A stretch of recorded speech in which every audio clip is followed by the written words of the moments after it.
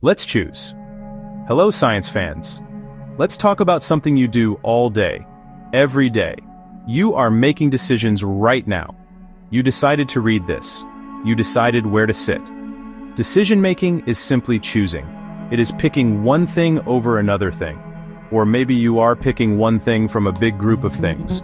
Think about it like standing at a crossroads. You have two paths, maybe more. You have to pick which path to take.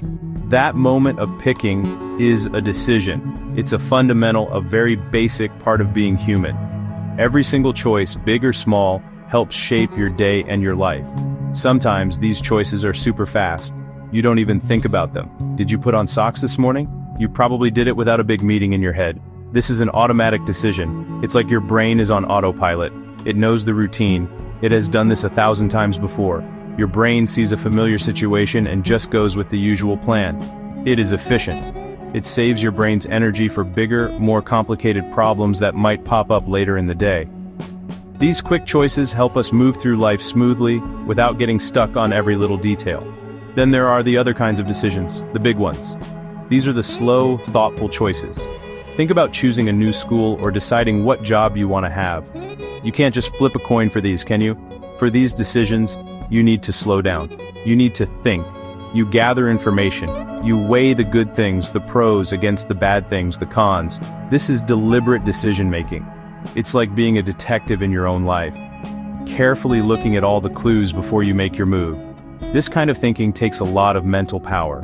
So, we have two main styles of choosing. There is the fast, automatic style for everyday things, like picking a blue shirt over a red one. And there is the slow, careful style for the big, life-changing things, like deciding to move to a new city. Both are incredibly important. One helps us be quick and efficient. The other helps us be careful and wise. Understanding these two styles is the first step to unlocking the amazing science of how we choose. It's all happening inside that wonderful brain of yours. Let's consider how. So, where does all this amazing decision-making happen? It happens in your brain, of course.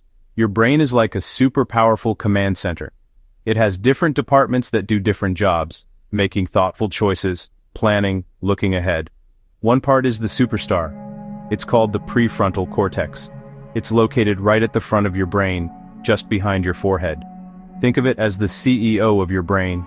It's the boss that looks at the big picture, helps you make smart, controlled choices instead of just acting on impulse. The prefrontal cortex is what helps you think about the future. It lets you think, if I eat all this cake now, I might feel sick later. If I save my money instead of buying this toy, I can buy something even better next month. This part of your brain is all about consequences. It helps you simulate, or imagine what might happen if you choose path A versus path B. Now, even with a brilliant prefrontal cortex, you are not a robot. You don't make decisions in a vacuum. There are powerful forces that influence your choices every single day. One of the biggest is your emotions. How you feel can completely change the decision you make. If you are feeling happy, if you are feeling excited, you might be more likely to say yes to a new adventure or take a bigger risk. But if you are feeling sad or anxious, you might prefer to stick with what is safe and familiar. Your feelings act like a filter, changing how you see the world and the choices in front of you. Another huge influencer is your habits. Habits are like shortcuts your brain creates. They are automatic behaviors you do without much thought. Think about the route you take to school or work every day. You probably don't have to think about every single turn. Your brain just follows the habit. This is great for saving mental energy.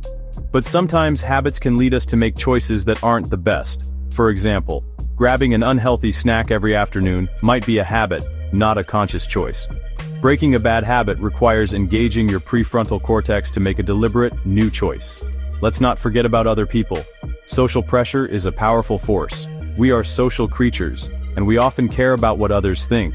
The choices your friends, the choices your family, the choices of people on social media, these choices can influence your own. If all your friends are buying a certain type of shoe, you might feel a pull to buy them too, even if you didn't want them before. This is called conformity. We want to fit in and be part of the group. This pressure can be very subtle. but it's always there, nudging our decisions. Finally, there's the problem of having too much information. More information doesn't always mean better decisions. Sometimes we have so many options and so much data that our brain gets overwhelmed. This is called information overload. Imagine trying to pick a movie to watch when there are thousands of choices.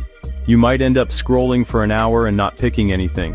When our brains are overloaded, we might make a random choice just to be done, or we might not make a choice at all.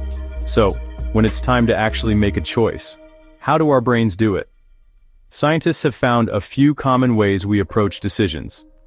Visual diagram. A diagram showing three paths: a long winding logical path, a straight shortcut, and a path of familiar stepping stones. One common way is the logical, step-by-step method. This is the rational model. It's like being a scientist running an experiment. First, you identify the problem. Then, you gather all the information you can. Next, you list all the possible solutions or choices. After that, you carefully evaluate each one. Finally, you pick the one that seems to be the very best. We use this for big decisions, buying a house, choosing a career path, but we don't always have the time or brain power to be perfectly logical. The world is complicated. So we use a simpler method, good enough decision-making. We search for an answer that works, not the perfect answer. We often use basic rules or criteria. When picking a restaurant, close by. Not too expensive. Serves food you like. The first place that meets the boxes wins. That saves time and effort. Another method, mental shortcuts. These are called heuristics. Example, trust a brand you've liked before. Example, follow the crowd. A busy restaurant looks promising. Shortcuts are fast, but can lead to mistakes. Finally, past experience and intuition. Like a personal library of knowledge you've built over your life. Your brain scans for similar past situations when a new problem appears. What did you do then? Did it work out well? That's going with your gut. For experts, firefighters. For experts, doctors. Their intuition is highly accurate and life-saving. It's built on thousands of hours of practice and real-world feedback. Life is full of mystery. We almost never have all the information about how a decision will turn out. This is where uncertainty and risk come into play. Uncertainty simply means you don't know for sure what will happen. Will it rain tomorrow? You can check the forecast, but you don't know for sure. Risk is when you have an idea of the possible outcomes, and some of those outcomes are bad. Choosing to ride a roller coaster has a very small risk of something going wrong, but a very high chance of being fun. Every decision we make involves some level of uncertainty and risk. How we feel about risk greatly affects our choices. Some people are risk takers. They enjoy the thrill of the unknown. They are more willing to gamble on a choice that could have a big payoff, even if it could also lead to a big loss. Other people are risk averse. They prefer to play it safe. They will choose the option that has a guaranteed, even if smaller, positive outcome. They don't like the feeling of anxiety that comes with uncertainty. There is no right or wrong way to be. It's just a difference in personality and how our brains are wired to handle potential danger. Our brains have a funny way of thinking about risk. We tend to dislike losing something much more than we like gaining the exact same thing. This is called loss aversion. For example, finding $20 on the street feels good, but losing $20 out of your wallet feels much, much worse. Because of this, we will often go to great lengths to avoid a loss, even if it means missing out on a potential gain. This powerful bias can make us overly cautious and might cause us to stick with an unhappy situation rather than risk making a change for the better. So how do we make decisions when we can't see the future? We make our best guess.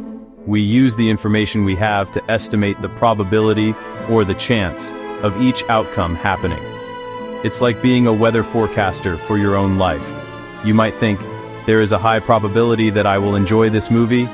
There is a low probability that I will get the job if I don't prepare for the interview. Understanding risk and uncertainty doesn't mean you can predict the future, but it does mean you can make more informed choices in the face of it. The way a choice is presented to you can completely change your decision, even if the options are exactly the same. This is called framing. It's like putting a picture in a different frame. The picture doesn't change, but it can look very different. Imagine a doctor telling you about a surgery. If the doctor says, this surgery has a 90% success rate, you would probably feel pretty good about it. You would likely agree to have the surgery. You are focusing on the positive frame, the high chance of success. This framing makes the choice seem attractive and safe. Now what if the same doctor presented the exact same information differently? What if the doctor said, this surgery has a 10% failure rate? Suddenly the choice feels much scarier. Even though those numbers are the same mathematically, your brain reacts very differently. By framing the choice in terms of failure or loss, the doctor makes you focus on the negative possibility. You might hesitate or even refuse the surgery. This shows how powerful the framing effect can be in daily life. Advertisers are masters of framing. They present products in the most attractive way possible.